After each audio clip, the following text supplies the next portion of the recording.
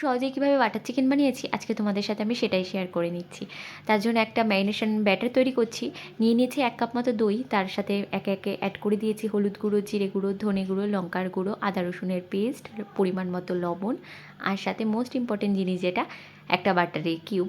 তারপরে ভালো মতো মিক্সিং করে নিয়ে চিকেন দিয়ে ভালো মতো মাখিয়ে নিয়ে কিন্তু আমি 1 ঘন্টার মতো রেস্ট দিয়েছি। এবার এখানে পেঁয়াজ, রসুন, আদা, টমেটো আগে থেকেই আমি কেটে রেখেছিলাম, ওটাই তেলের মধ্যে সামান্য ফ্রাই করে নেব। আর লালচে করে যখন ভাজা ভাজা হয়ে যাবে তখন কিন্তু আমি নামিয়ে নিয়ে ঠান্ডা করে একটা স্মুথ পেস্ট তৈরি করে নিচ্ছি। আর এখানটায় আবারও তেল দিয়ে তার মধ্যে বাটার দিয়ে একটা কিউব বড় বাটার দিয়ে তার মধ্যে কিন্তু চিকেনটা আমি দিয়ে দিয়েছি। চিকেনটা শুধুমাত্র চিকেন দিয়েছি, আমি কিন্তু তার ব্যাটারটা কিন্তু এখনও পর্যন্ত দিইনি। তো চিকেনটা দিয়ে ভালো মতো নাড়িয়ে চাড়িয়ে কষিয়ে নেব।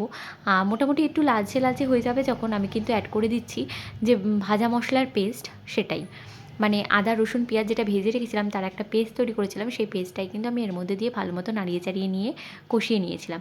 তারপর অ্যাড করে দিয়েছি লবণ পরিমাণ মতো, সাথে গরম মশলা গুঁড়ো। ব্যাস, আর কিচ্ছু অ্যাড করিনি কিন্তু। আর এই সময়ে ভালো করে কষিয়ে নেওয়ার পর আমি কিন্তু উষ্ণ গরম জল অ্যাড করেছিলাম যাতে চিকেনটা ভালো করে সেদ্ধ হয়ে যায়। আর যেই পরিমাণ আমি গ্রেভি রাখতে চাইছি সেই পরিমাণ গ্রেভি রাখার পরে আমি কিন্তু এখানে বাটারে একটা কিউব আর সাথে কাসুরি মেথি দিয়ে নামিয়ে দিয়েছি। ব্যাস, তৈরি হয়ে গেছে বাটার চিকেন। কেমন লাগলো অবশ্যই জানিও।